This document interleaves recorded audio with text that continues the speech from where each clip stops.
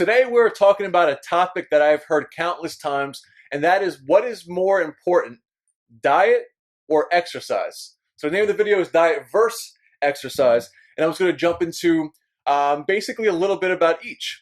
So first, I just want to start off by saying that if muscle building is your goal, if fat loss is your goal, if just a recomposition of your body is your goal, both are crucial.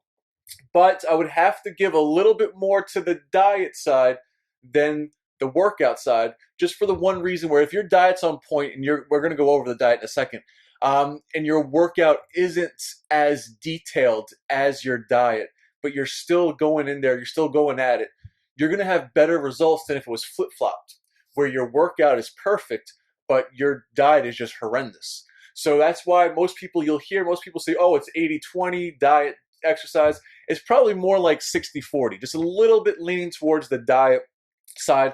But again, that doesn't mean you can ignore the other side. So I'm going to go over some tips for both, and I'll start with diet, and we'll throw some of the calculations up here because I know it's a little bit easier for you guys to read than just hear it. So basically, if you want to find your basal metabolic rate plus your activity factor, you just want to see what you need to eat to maintain. And a very simple way to get a starting point is take 11 times your body weight times 1.3. And if you're a woman, then it's going to be 10 times your body weight times 1.3. 1.3 is an activity factor, and that's where most of us fall into. So now you have your starting calories. Okay, now what? So what we'll do is take 1 gram per pound of body weight. It's a good reference point. And then you take those calories, you minus it from the total. You take 25% of those overall calories for your fat, and you minus those calories from the total. And whatever's left, you divide by 4, and that's left over for carbs. So again, remember, protein's 4 grams per calorie. You got, or 4 calories per gram, sorry. You got carbs, that's 4 calories per gram. And you got fat, that's 9 calories per gram. So you could use simple math based on 25% of total calories fat, 1 gram per pound of body for protein, and the rest allocated to carbs to get your general macro set. And once you have that, you could kind of tweak it week by week based on your progress. If you don't want to calculate all 3 macronutrients, then the best way to do is do that formula that we just put up, and then you simply take that and focus on your protein and total calories. And the fats and carbs will lay as they fall because they're very easy to get in as long as you pay attention to the protein aspect. So that's kind of the first explanation I gave for diet, or the first method, I should say, that I gave you for diet. That's on point A through Z. You got everything covered with your macronutrients. The second option is where you're taking a little step back, but you're still going to notice progress from just winging it. Now, when it comes to the workout side of things, I'll start off with some cardio. Everybody should do a little bit of cardio, whether you're bulking or cutting. It just helps with energy levels, help with overall heart health, cardiovascular health.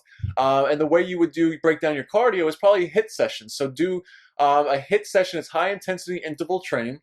And all that means, that's just a protocol. It's not necessarily a cardio workout. It's a protocol that can be applied to any of your favorite cardio equipment.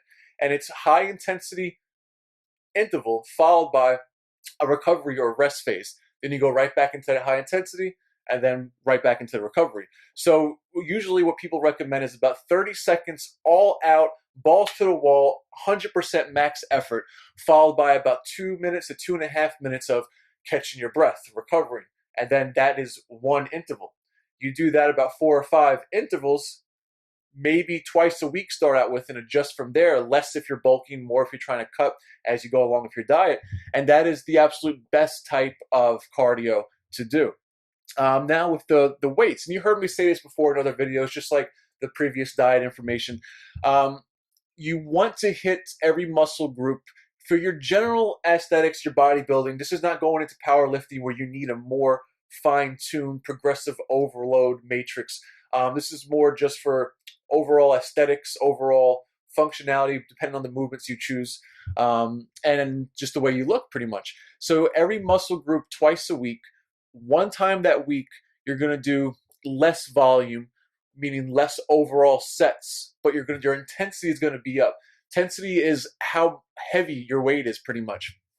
So you're going to have low reps and high weight is basically what that means.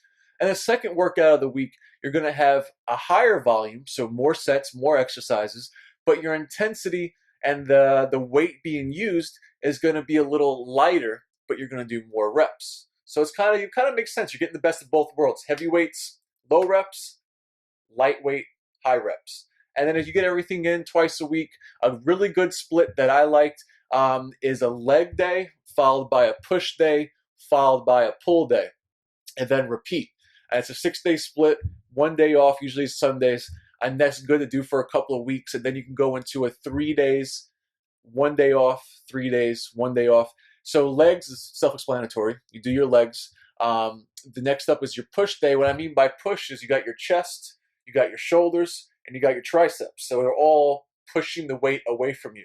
And then the next day would be a pull day. A pull day is just what you imagine. You're pulling the weight towards you. So you got your back, you got your buys. I usually do my traps, and I usually do rear delts with back. And then I would, if depending on what cycle I'm on, I will do 3 days one off, or I'll do 6 days straight and I take a recovery day. That you can only do for a few weeks before you start to really feel it, and you'll go back into a different split.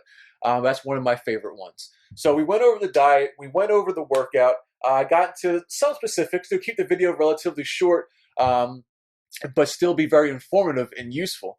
But again, 60-40 split, diet to workout. You can't ignore either, and this video just touches on that. So if you like this video, please like the video, subscribe to our channel. Any questions or comments below about what we just talked about, definitely leave them and we'll address them. And as always, thank you for watching.